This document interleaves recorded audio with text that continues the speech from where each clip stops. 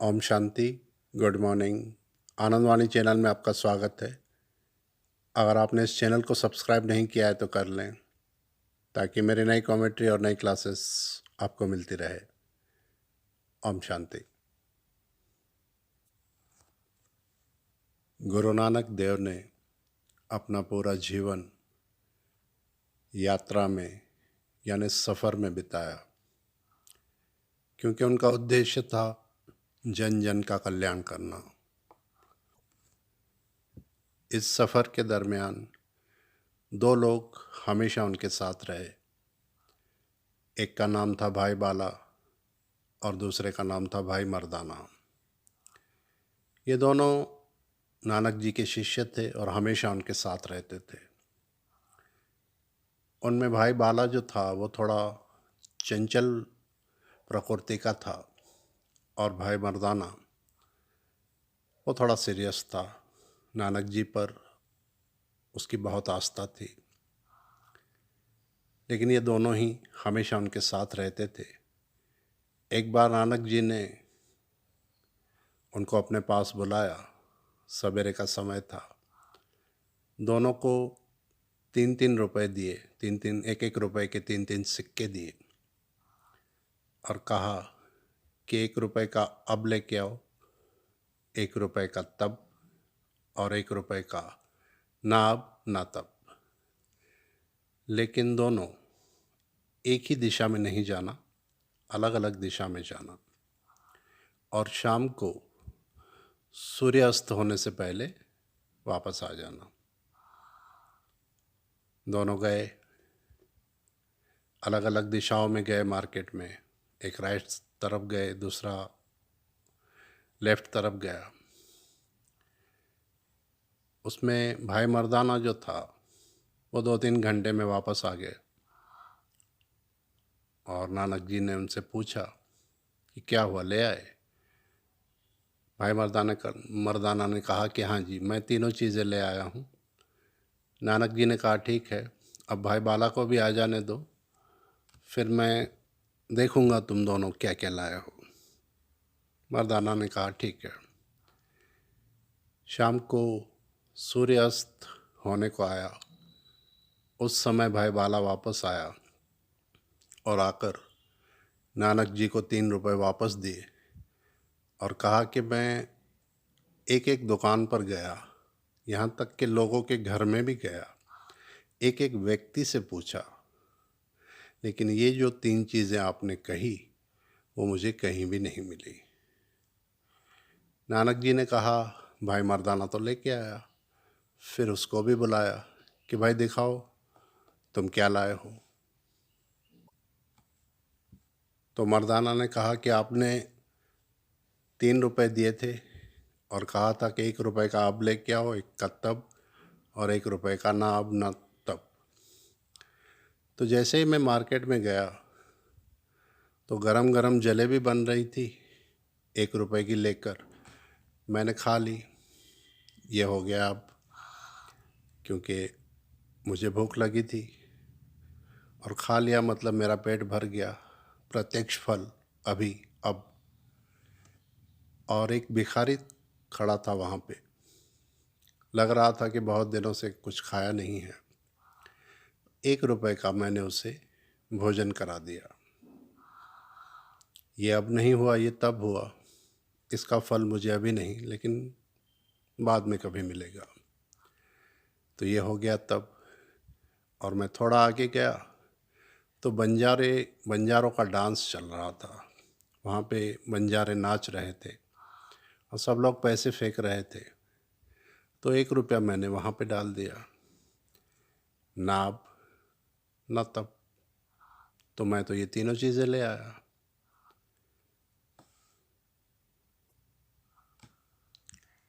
दरअसल ये तीनों सिक्के, यानी कि ये तीनों ऑप्शन हमारे पास भी हैं। अब, तब और ना अब ना तब। हमारे पास 3 सिक्के नहीं है, सिक्का एक ही है और वो है संगम युगी समय का सिक्का। वो एक ही है हमारे पास। हाँ, हमारे पास ऑप्शन 3 है। हम उसका 3 तरह से इस्तेमाल कर सकते हैं। तो अब हमें ये देखना है कि हम क्या कर रहे हैं। क्या हम अब में जी रहे हैं या तब में जी रहे हैं या ना अब ना तब में। अब का मतलब है ज्ञान में आने से पहले तो हम अब में यानी कि कलयुग में ही जी रहे थे। कलयुग का ही हम सुख ले रहे थे।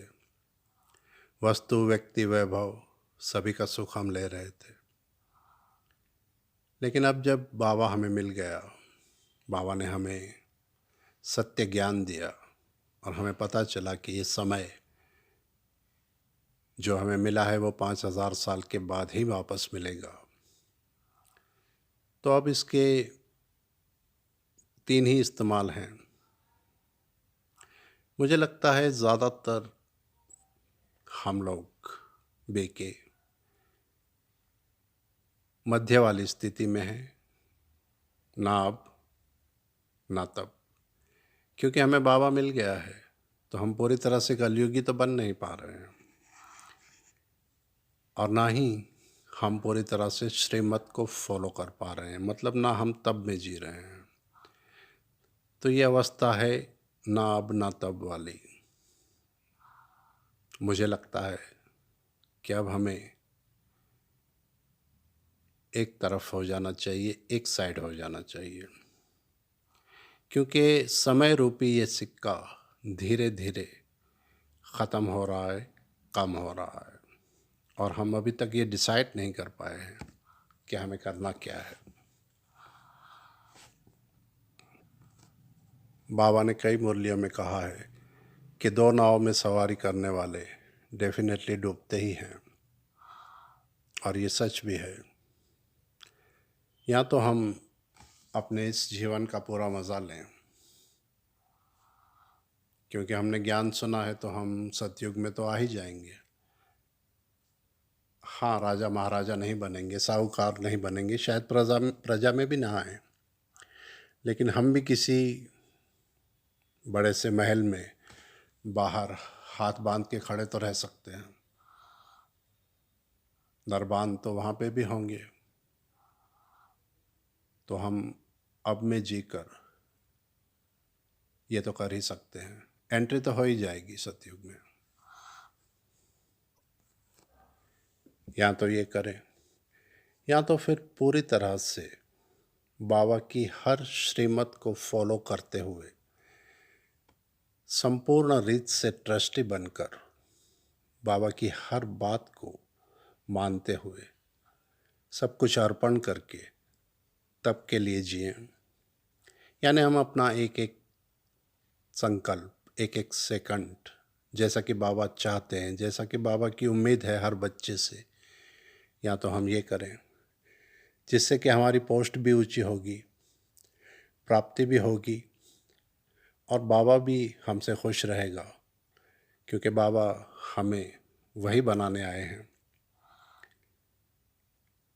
बाबा को अपने हर बच्चे से बहुत उम्मीदें हैं और अब समय भी आ गया है कि हम अपना ये संगम युगी जीवन जो थोड़ा सा बचा है उसे सफल करें। अब ये 2 नाव में सवार होने का समय नहीं है, वरना हम सोचते ही रह जाएंगे और इसी दुविधा में ये जीवन समाप्त हो जाएगा, ये संगम युग ख़त्म हो जाएगा। और ऐसी अवस्था में अगर हमने शरीर छोड़ दिया तो हम खुद ही समझ सकते हैं कि हमारी क्या दशा होगी।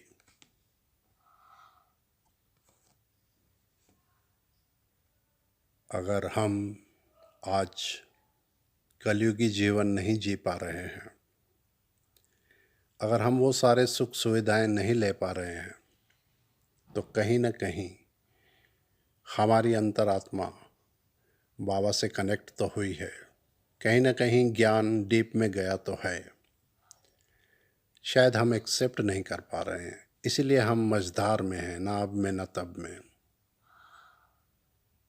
तो हमें ये सोचना चाहिए कि ये पूरी दुनिया अगर मुझे मिल भी जाए, एक पुराना सॉन्ग भी है कि दुनिया अगर मिल भी जाए तो क्या है, दुनिया की हर सुख सुविधा मुझे अगर मिल भी जाए तो कितना समय और कितना सुख ले पाऊंगा मैं, क्योंकि ज्ञान अंदर गया है, ज्ञान का बीज पड़ा हुआ है। तो ये तो संभव नहीं है कि हम इस कलयुग का पूरी तरह से सुख ले पाएं। तो क्यों ना हम अब इस संगम युगी सिक्के को सफल करके तब में जिएं, तब के लिए जिएं, बाबा की हर श्रीमत को फॉलो करें। उसके लिए ज़्यादा कुछ करना भी नहीं है। मम्मा बाबा दादियाँ एग्ज़ाम्पल के रूप में हमारे सामने हैं। बाबा कहते ही हैं फॉलो फादर। बस हमें ट्रस्टी बन के बाबा की कदम पर कदम रखना है। जैसे ब्रह्मा बाबा का जीवन था, जैसे ममा का जीवन था, नर से नारायण और नारी से लक्ष्मी बनने का जो लक्ष्य हमें बाबा ने दिया है, बस उसी पर चलना है। और मेरा अनुभव कहता है कि ये कोई ज़्यादा मुश्किल नहीं है। अगर हम प्रयास करें हर चीज़ से डिटैच होने का, तो बाबा हमें बहुत शक्ति देते हैं, ख़ास करके अमृत वेला। अगर हमारा अमृत वेला पावरफुल होगा तो ये शक्तियाँ हमें मिलती रहेंगी और बहुत सहजता और बहुत सरलता से हम ये सब कर लेंगे। कोई मुश्किल नहीं है, सिर्फ एक प्रयास करें।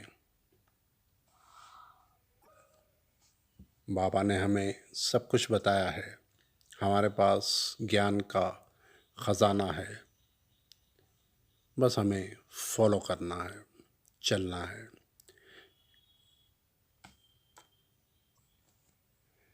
शुरू शुरू में मुझे भी लगता था कि मैं कैसे करूँगा, मेरा अपना अनुभव है, थोड़ा डिफ़िकल्ट लग रहा था अपना घर परिवार छोड़कर मधुबन में आना, रहना, सबसे डिटैच होना।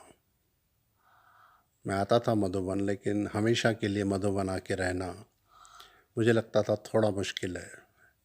लेकिन यहाँ आने के बाद बाबा का इतना प्यार मिला, इतना अपनापन मिला कि अब जब मैं मधुबन से बाहर जाता हूँ, बाहर पैर रखता हूँ, तो पता नहीं क्यों मन अशांत हो जाता है।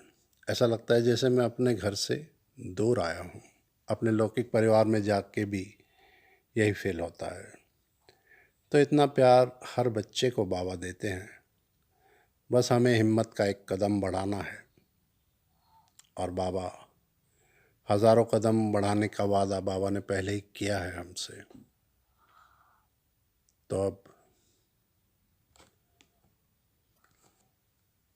आज हम ये संकल्प करें कि हम बाबा की हर श्रीमत को पूरी तरह से फॉलो करेंगे, और आप देखेंगे कि बाबा आपके इस संकल्प को कैसे सिद्ध करते हैं। ये सिर्फ मेरा नहीं, हज़ारों बीके भाई बहनों का अनुभव है। इसीलिए तो इतने सारे लोगों ने अपना जीवन दिया। ये शक्ति हम में नहीं है, लेकिन ये शक्ति हमें बाबा देते हैं। तो आइए आज ये संकल्प करते हैं कि ये जीवन आज से बाबा का, और आज से हम ना अब ना तब में नहीं, ना अब में, अब सिर्फ हम तब में जिएंगे, मतलब बाबा के लिए जिएंगे। हर कार्य हम बाबा के लिए करेंगे, और हमारा ये एक ही संकल्प हमें कहाँ से कहाँ पहुँचा देगा। आप करके देखें। आज इतना ही। ओम शांति।